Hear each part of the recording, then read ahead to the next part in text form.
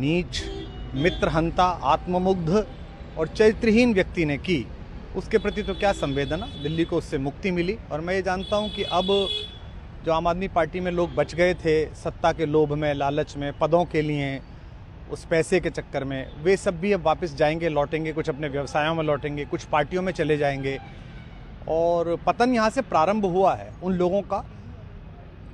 मेरे लिए कोई प्रसन्नता का और दुख का विषय नहीं है, मैं बीच में खड़ा हूँ। प्रसन्नता इस बात की है कि करोड़ों लोगों ने आशा लगाई थी, करोड़ों लोगों ने, लोग अपनी नौकरियां छोड़ के आए थे, व्यवसाय छोड़ के आए थे, दुश्मनियां ली थी लोगों ने, उन सब की हत्या एक आत्ममुग्ध आदमी ने, एक चरित्रहीन आदमी ने अपनी निजी महत्वाकांक्षाओं की पूर्ति के लिए की। उसको दंड मिला, ईश्वरीय विधान से दंड मिला। प्रसन्नता इस बात की भी है कि न्याय हुआ। आज जब कहना नहीं चाहिए लेकिन आज टीवी पर जब जंगपुरा का निर्णय आया और सामने दिखाई दिया कि मनीष हार गया, तो सदा तटस्थ रहने वाली और राजनीति से विरत रहने वाली मेरी पत्नी जो है, उसकी आंख में आंसू आ गए, वो रोने लगी। क्योंकि उसी से उसने ये कहा था कि अभी तो है ताकत, और उसने कहा था भैया ताकत सदा तो नहीं रहती। तो ये अहंकार आशा करता हूँ अगले लोग नहीं करेंगे, जो बाकी दल है वो नहीं करेंगे, इससे सबक लेंगे। और दिल्ली के नागरिकों को मैं अच्छे शासन के लिए बधाई देता हूँ। अब भारतीय जनता पार्टी अपने नेतृत्व में सरकार बनाकर दिल्ली के जो दुख थे पिछले 10 वर्ष के, उन्हें दूर करे। और आम आदमी पार्टी के समस्त कार्यकर्ताओं को कहता हूँ कि आपने जिस किसी भी लोभ लालच में, सब कुछ जानते हुए एक ऐसे व्यक्ति के समर्थन में काम किया जिसने अपने मित्रों की पीठ में झुरा घोंपा, गुरु को धोखा दिया, अपने साथ कंधे से कंधा मिला के लड़ने वाली महिलाओं को अपने घर लाके पिटवाया, अपनी निजी सुख और साधन के लिए जनता का पैसा खर्च किया, अब उससे आशा लगानी छोड़ें, अब बाहर निकलें, अपना अपना जीवन देखें। मुझे राघवेंद्र सरकार राम की कृपा मिली, जिनका ये घर है, जिनकी कृपा से मैं यहाँ खड़ा हूँ। मुझ पर कृष्ण कृपा हुई कि मैं इस निर्लज्ज सर्कस से बाहर आ सका। मैं उन सब से भी अच्छे भविष्य की कामना करता हूँ कि वो कोई गंदगी ना फैलाएं कहीं भी, वो लौट जाएं अपने शिविरों में।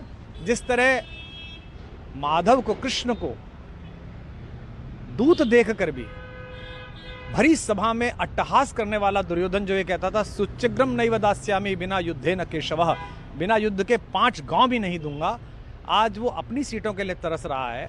और मुझे पता है कि इस दुर्योधन का अंत भी टूटी हुई जंघा के साथ बड़ा ही दारुण होगा और भारतीय राजनीति एक कलंकित अध्याय के रूप में इस बौने दुर्योधन को और इसके दरबार के तमाम शकुनियों को याद करेगी।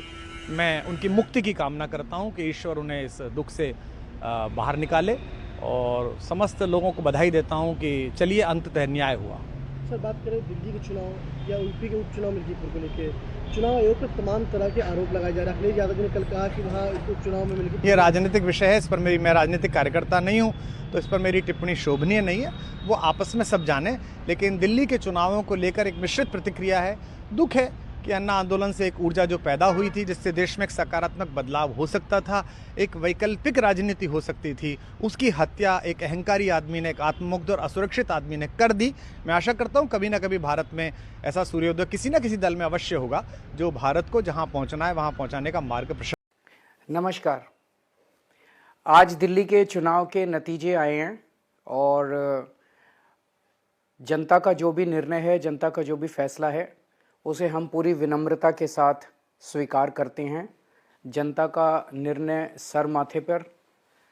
मैं भारतीय जनता पार्टी को इस जीत के लिए बहुत बहुत बधाई देता हूं और मैं उम्मीद करता हूं कि जिस उम्मीद के साथ और जिस आशा के साथ लोगों ने उनको बहुमत दिया है, वो उन सभी उम्मीदों और आशाओं पे पूरा उतरेंगे।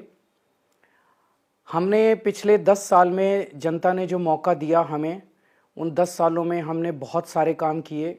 शिक्षा के क्षेत्र में, स्वास्थ्य के क्षेत्र में, पानी के क्षेत्र में, बिजली के क्षेत्र में और भी अलग अलग तरीके से लोगों को राहत पहुंचाने की कोशिश की उनकी ज़िंदगी में, और दिल्ली के इंफ्रास्ट्रक्चर को भी हमने सुधारने की कोशिश की।